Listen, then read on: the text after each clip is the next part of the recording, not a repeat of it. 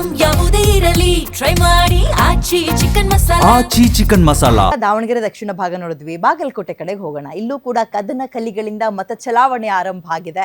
ಕಾಂಗ್ರೆಸ್ ಅಭ್ಯರ್ಥಿ ಉಮೇಶ್ ಮೇಟಿ ಮತದಾನವನ್ನ ಸಲ್ಲಿಸಿದ್ದಾರೆ. ಸ್ವಗ್ರಾಮ ತಿಮ್ಮಾಪುರದಲ್ಲಿ ಉಮೇಶ್ ಮೇಟಿ ಮತದಾನ ಮಾಡಿದ್ರು.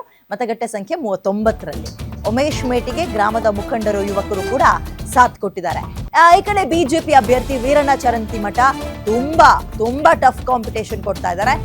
ವೀರಣ್ಣ ಚರಂತಿಮಠ ಅವರ ಮಗ ನವೀನ್ ಕೂಡ ಮತದಾನವನ್ನ ಸಲ್ಲಿಸಿದ್ದಾರೆ. ಮತಗಟ್ಟೆ ಸಂಖ್ಯೆ 166ರಲ್ಲಿ ಒಟ್ಟು 6 ಬೂತ್ಗಳಲ್ಲಿ ಬಿರುಸಿನಿಂದ ವೋಟಿಂಗ್ ನಡೀತಾ ಇದೆ. ಬೆಳಗ್ಗೆನೆ ಬಂದು ಮತದಾನವನ್ನ ವೃದ್ಧರೆಲ್ಲರೂ ಕೂಡ ಮಾಡಿ ಅವರವ್ರ ಕೆಲಸಕ್ಕೆ ಹೋಗ್ತಾ ಇದ್ದಾರೆ.